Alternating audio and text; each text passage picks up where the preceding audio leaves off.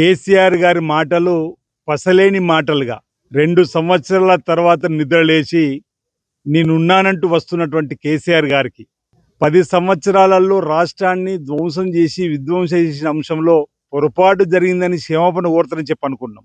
అసెంబ్లీకి రమ్మంటే భయపడే పరిస్థితి, జనం బాట పడతారని చెప్పనేటువంటి మాట మాట్లాడుతున్న సందర్భంలో జనం మధ్యలోకి వెళ్ళడానికి స్పేస్ ఎక్కడుంది మీకని అడుగుతా ఉన్నా.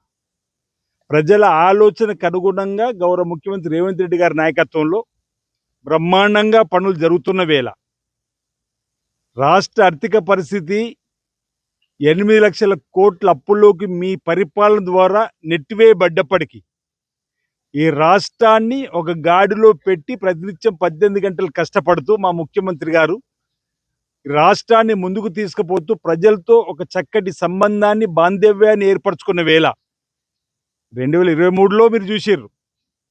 ఈరోజు తోలు తీస్తా అని చెప్పిన మాట మాట్లాడుతున్నారు. ఆల్రెడీ మీ తోలు తీస్తే ఎండిపోయింది 2023 ఎన్నికల్లో. అదెందుకు గమనిస్తలేరు అంటున్నాం.